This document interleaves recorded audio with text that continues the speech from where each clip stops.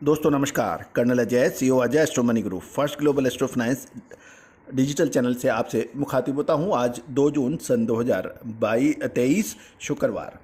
दोस्तों आज के बाज़ार में हम तिलहन के साथ दलहन के ऊपर बात करेंगे, तुअर बाज़ार के ऊपर। गौरतलब है कि तुअर के नवंबर के बाद एक तरफा तेजी दर्ज हो रही है, जिसका पूर्व अनुमान हम आपको लगातार दे रहे हैं।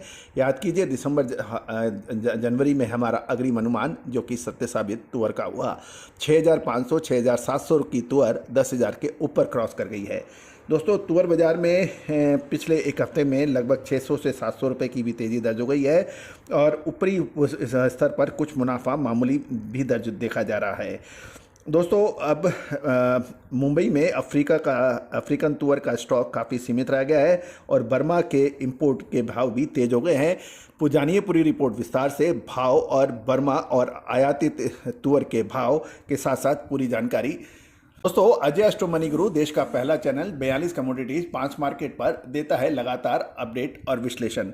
दोस्तों आप हमारे चैनल पे नए हैं और अभी तक सब्सक्राइब नहीं किया है तो उसको सब्सक्राइब करना बिल्कुल ना भूलें।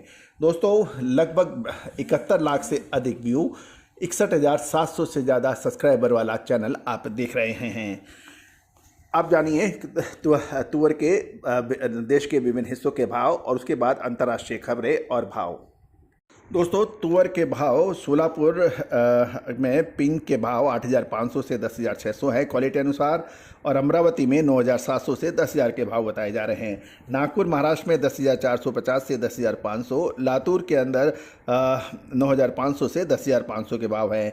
वाशी महाराष्ट्र में वाइट 8,500 से 9,700 और राजकोट में रेड 7,800 से 9,300 के भाव हैं। कानपुर लाइन के अंदर यूपी लाइन की जो तुअर है वो 9,200 के भाव है और एमपी की 9,150।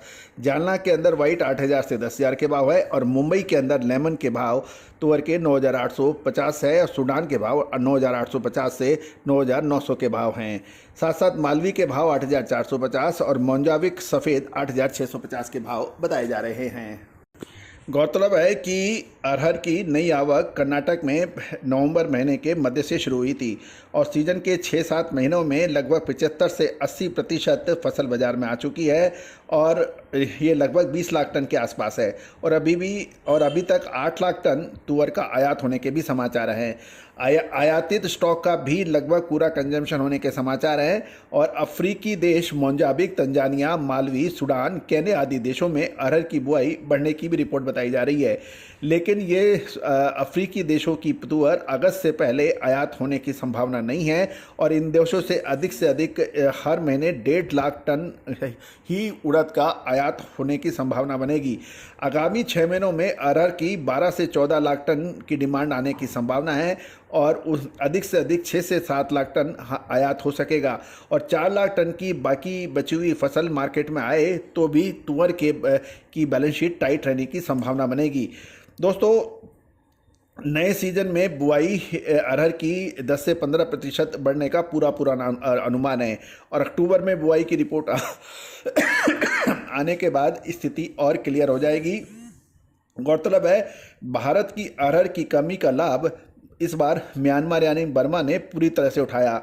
बर्मा से सामान्य रूप से लेमन अरहर का भाव प्रति टन $700 से $750 के बीच में हमेशा इंपोर्ट होता आया है, लेकिन फिलहाल वहाँ का बर्मा से यानी म्यांमार से आयातित तुअर का भाव $1,240 में हो रहा है और पिछले 4 महीनों में लगभग 1.60 लाख टन अरहर का आयात हुआ है।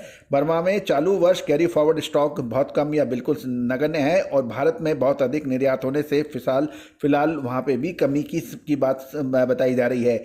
सूडान की पुरानी अरहर का भाव फिलहाल $1,250 है, लेकिन वो भी अवेलेबल नहीं है।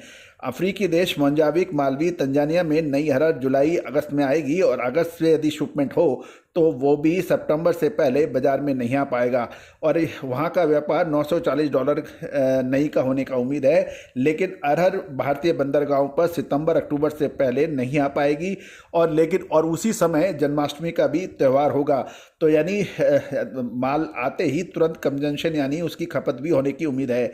इस बार भारत में अरहर की बुआई कम होने से किसानों के घर में फिलहाल अरहर का बड़ा स्टॉक नहीं है और अरहर दाल का प्रति किलो भाव 100 रुपये से अधिक बाजार में चल रहा है और ये अधिक बढ़ने की संभावना है। साथ साथ एक महत्वपूर्ण ये भी होगा कि सरकार अरहर की तेजी को रोकने के लिए हर संभव प्रयास कर रही है और राज्यों को वो अरहर के अलावा के बजाय मसूर दाल खरीदने की भी सलाह दे रही है। लेकिन कुल मिला के अभी अरहर की पोजीशन टाइट बताई जा रही है क्योंकि अरहर की फसल कम होने से फिलहाल मार्केट में भारी शॉर्टेज है और भारत में अरहर की फसल का कुल साइज 25 लाख टन होने का अनुमान है, जो कि पिछले साल के मुकाबले काफ़ी कम है। दोस्तों, भारत मुख्य रूप से बर्मा अफ्रीकी देशों से आयात करता है और बर्मा में अरहर का स्टॉक मात्र 50 से 60 हज़ार टन होने के समाचार मिल रहे हैं और इसकी वजह से लगातार भाव ऊंचा हो रहा है। बर्मा की अरहर की नई फसल दिसंबर में आने वाली है और अफ्रीका में पुरानी फसल का स्टॉक बिल्कुल कम है। तो कुल मिला के अरहर की बैलेंस शीट आपके सामने दी जा रही है। दोस्तों, याद कीजिए, हमने आपको अरहर, गेहूं के साथ साथ इलायची, हल्दी, सरसों, इन सभी का विशेष विश्लेषण आप तक पहुंचाया है जो कि सत्य साबित हुआ है। दलहन के चना, उड़द, मूंग, मोट, इन सभी की विशेष जानकारियों के लिए संपर्क कीजिए। All the very best, good luck, happy trading.